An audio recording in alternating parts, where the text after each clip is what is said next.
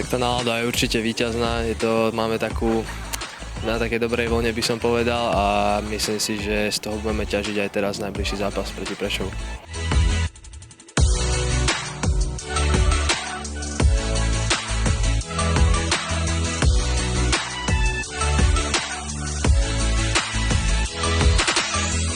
Bude to určite ťažký zápas z pohľadu aj toho, že majú skúsené mužstvo.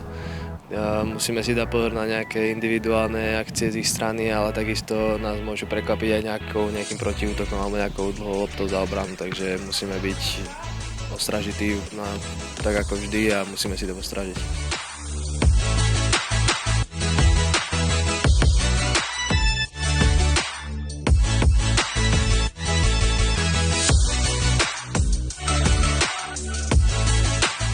Tak iba pokračovať v tom, čo sme robili doteraz, by som povedal, že ten tímový duch tam nemôže chýbať a neuspokojiť sa s tým, že sme 3-krát vyhrali za sebou a musíme to dotiahnuť proste tú robotu do konca a bude to iba o tom. To bude najdôležitejšie, ak chceme mysleť na 3 body.